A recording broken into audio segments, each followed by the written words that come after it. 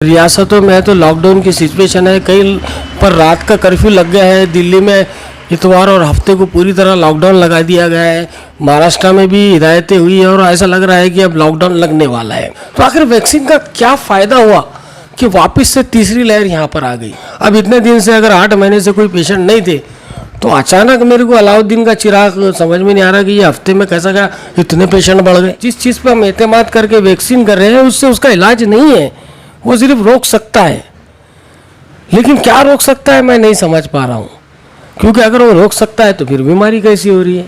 अगर वैक्सीन लेने के बाद मास्क लगाने की ज़रूरत है तो वैक्सीन लेने की ज़रूरत क्या है। आप देख रहे हैं एसडीएम न्यूज़। मैं हूं रियाज अंसारी। आज मैं एमआईएम के अपोजिशन लीडर ज़मीर कादरी साहब के पास आया हूं और ये रहबर के संपादक भी हैं और हम समझते हैं कि एमआईएम में इनका एक अपना बहुत वर्चस्व है और एक तर्जुमान भी है। और हम देख रहे हैं कि जैसे समाचार मिल रहे हैं मीडिया के माध्यम से कि भाई तीसरी लहर आ रही है, कोरोना फिर फैल सकता है, लॉकडाउन भी लग सकता है, ऐसी अफवाहें भी गर्दिश कर रही हैं। इन्हीं बातों में चर्चा करेंगे ताकि जनता को कुछ न कुछ उनका समाधान हो सके। सर, हमारे चैनल में आपका स्वागत है। सर, आजकल ये देखा जा रहा है कि तीसरी लहर के संकेत बताए जा रहे हैं और कहना कि प्रशासन में बहुत चिंतित दिखाई दे रही है। बतौर एक आप भी कहने के एमआईएम से जुड़े हुए नेता हैं, आपको पब्लिक में जाना आना पड़ता है, क्या कहेंगे इसके पर आप? एक तो मुझे आज तक ये समझ में नहीं आया कि ये बीमारी हकीकत में है या फिर एक नॉर्मल ज़ुकाम सर्दी बुखार जैसी बीमारी है। 2 मरतबा अवाम ने, गरीब अवाम ने ये मुश्किलात का सामना उठाया है। कोरोना के नाम से, लॉकडाउन के नाम से जो हुकूमत की तरफ से हिदायतें दी गई थी उसके नाम पर बहुत सी तकलीफ़ें हमने देखी है। और मैं समझता हूँ कि जो दुश्वारियाँ और परेशानियाँ और दरमियानी तबके को और जो रोज़ कारोबार करते हैं, छोटे मोटे कारोबार करते हैं, उनकी फाका कशी भी हमने पिछले 2 सालों में देखी है। ये मैं समझता हूँ ये तीसरी लहर की आमद है। और हमने हालिया में देखे कि हमारे मुल्क के वज़ीर आज़म ने जश्न मनाया कि हमने 100 करोड़ लोगों को वैक्सीनेशन करने का आंकड़ा पूरा किया है। आज आप कभी मोबाइल पर फ़ोन करें तो पहली रिंगटोन बजती है कि हमने 100 करोड़ लोगों को है तो वैक्सीन दी है। अब मेरे समझ में नहीं आ रहा है कि ये वैक्सीन हमने लोगों को तक दी है और उस पर इंतज़ामिया ने बहुत मेहनत की है। ख़ास तौर पर मेडिकल में जो मुलाजिमीन हैं वो रात दिन इसके लिए कोशिश थे। हमको ऐसा लगता था कि ये वैक्सीन आने के बाद में शायद कोरोना पूरी तरह हिंदुस्तान से ख़त्म हो जाएगा और यहाँ पर फिर कोई मरीज़ नहीं मिलेगा। लेकिन बड़े अफसोस की बात है कि ये तीसरी लहर और अब हमारे मुल्क में तो 1 लाख के आसपास है तो आंकड़ा पहुंच गया है और तीसरी लहर की आमद हो गई। कई रियासतों में तो लॉकडाउन की सिचुएशन है, कहीं पर रात का कर्फ्यू लग गया है। दिल्ली में इतवार और हफ्ते को पूरी तरह लॉकडाउन लगा दिया गया है। महाराष्ट्र में भी हिदायतें हुई है और ऐसा लग रहा है कि अब लॉकडाउन लगने वाला है। मेरा सवाल यह है इंतज़ामिया से कि अगर वैक्सीन कारामद नहीं थी, उसके कोई फ़ायदे नहीं थे, तो उसकी ज़रूरत क्या थी। अभी है तो 18 साल से कम उम्र के बच्चों को भी वैक्सीन शुरू की गई है, उस पर भी हुकूमत मेहनत कर रही है। तो आखिर वैक्सीन का क्या फ़ायदा हुआ कि वापस से तीसरी लहर यहाँ पर आ गई। अगर वैक्सीन इतनी कामयाब होती तो तीसरी लहर आती ही नहीं थी। क्या ये सादा इंजेक्शन था या आम तौर पर है तो हमें अगर कहीं मार लगता है तो उसके लिए एक इंजेक्शन दिया जाता, वो इंजेक्शन था, आखिर था क्या। अगर हमने वैक्सीन ले ली तो फिर ये बीमारी फैल रही क्यों। एक बात मेरे ये समझ में नहीं आ रही कि अगर लॉकडाउन से ही ये बीमारी का इलाज है, अगर लॉकडाउन लगा देना, कारोबार बंद कर देना, तो फिर वैक्सीन क्यों लगवाई जा रही है। अगर वैक्सीन लगाने से कोरोना ख़त्म नहीं होता, आप खाली अपने आप को मजबूत कर सकते। तो मैं अभी जो देख रहा हूँ, जो ओमिक्रॉन जो बीमारी नहीं है उसके भी जो पेशेंट है वो तमाम वैक्सीनेटेड, हर एक ने 1 वैक्सीन या 2 वैक्सीन लिए और वो इसका टारगेट हो रहे। तो अब ये सोचने वाली बात है कि आखिर इसके पीछे कोई साजिश तो नहीं है बहुत बड़ी गवर्नमेंट की। यह आलमी सतह पे एक साजिश है कि रशिया के प्राइम मिनिस्टर ने एक स्टेटमेंट दिया था बीच में, आपने देखा होगा शायद। उन्होंने कहा था कि मैं आप लोगों के साथ नहीं हूँ, दीगर ममालिक के साथ, WHO के साथ। वजह यह थी कि उनका कहना था कि अवाम की तादाद को आप कम करने की साजिश कर रहे हैं और मैं इसमें आपकी मदद नहीं कर सकता। वो वीडियो बहुत ज़्यादा वायरल भी हुआ। अब उसमें सच्चाई क्या है वो तो ऊपर वाला ही जानता है। लेकिन रूस के प्राइम मिनिस्टर का वो जो वीडियो है उसको देखने के बाद मुझे ऐसा महसूस होता है अगर वो सच कह रहे हैं तो एक आलमी सतह पे ये साजिश मुझे दिख रही है और इस साजिश के जो नताइज है वो बड़े संगीन हो सकते हैं।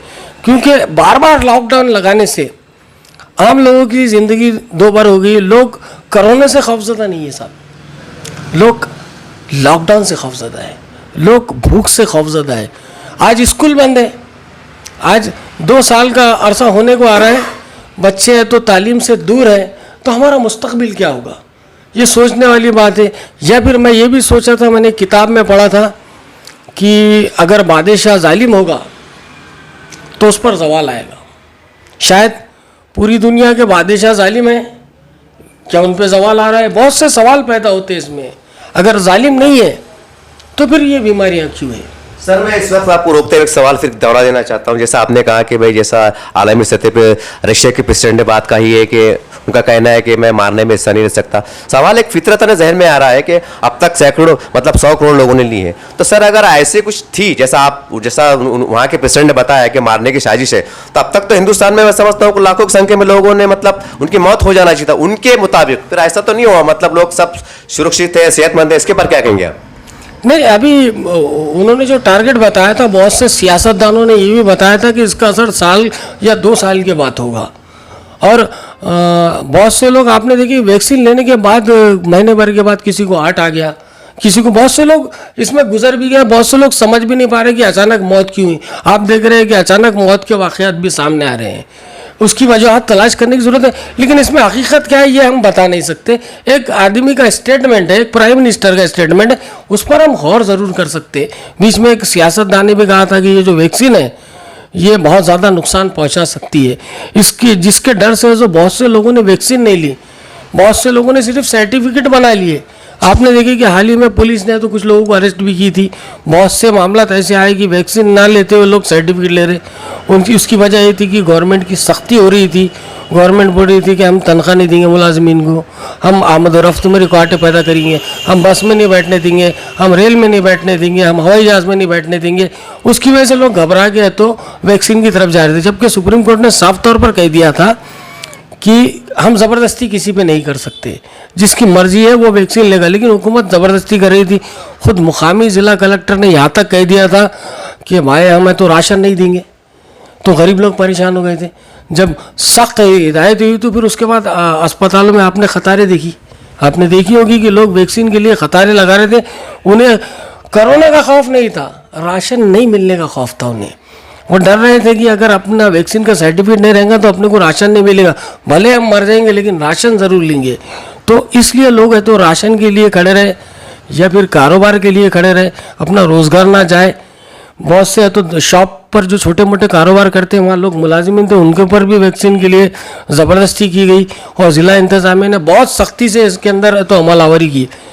सर, मेरा एक सवाल है कि फिर जैसा कोरोना की ये जो भी तीसरी लहर आ रही है, इसको ख़त्म करना या इसको रोकना और आवाम में एक एतमाद बहाल होना, एक विश्वास बढ़ना, इसके लिए प्रशासन को या सरकारों को ऐसे कौन से इक़दाम करना चाहिए ताकि ये बीमारी भी कंट्रोल में रहे और जनता भी प्रशासन का दिल खोल कर यानी अपनी इच्छा से सहयोग करे, मदद करे? ऐसा कदम उठाना चाहिए आपके हिसाब से?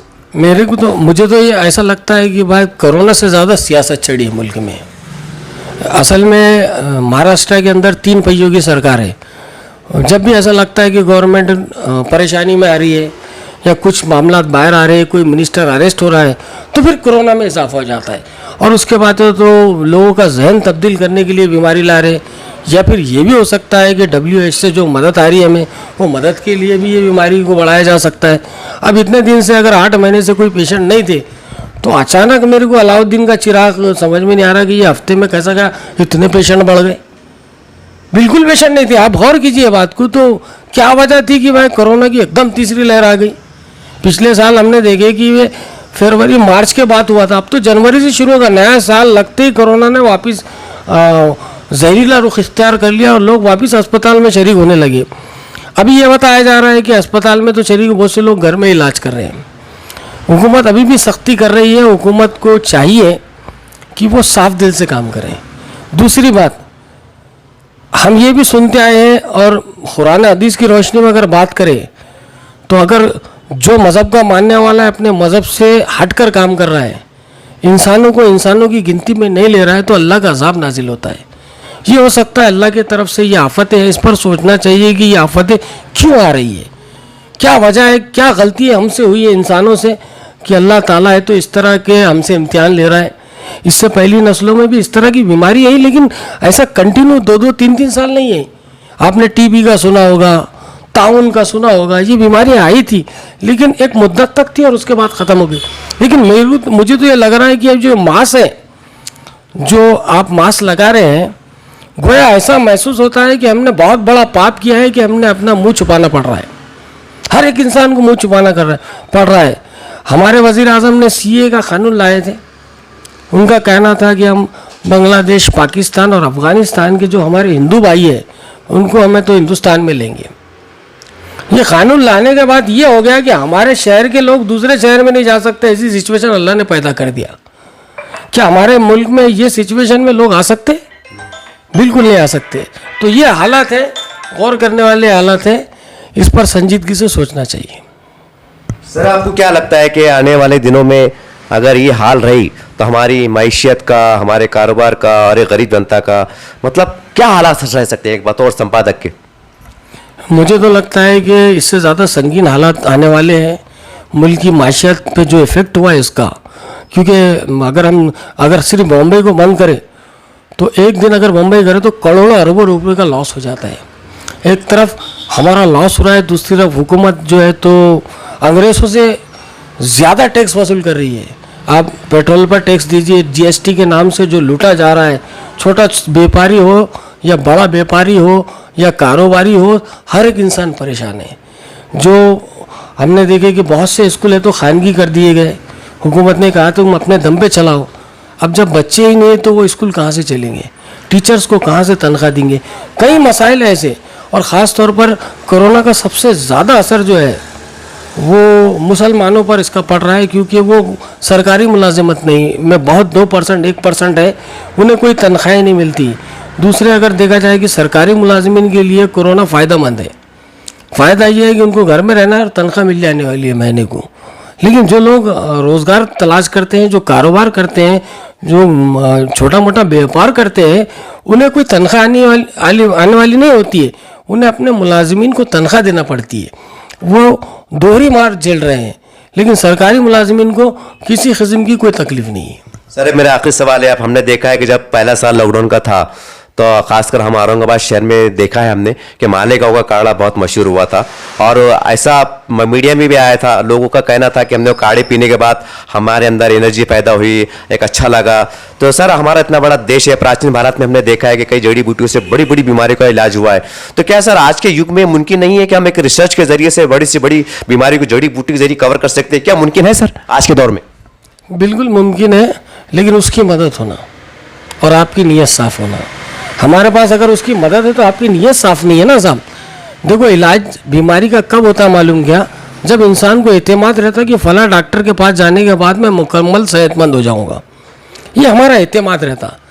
मस्जिद में हम चाहते कि हम अल्लाह से रुजू हो जाएंगे तो वो हमारी दुआ सुन लेगा, ये हमारा एतमाद रहता, और वो सुनता भी है। क्या बात है कि वो अब नहीं सुन रहा।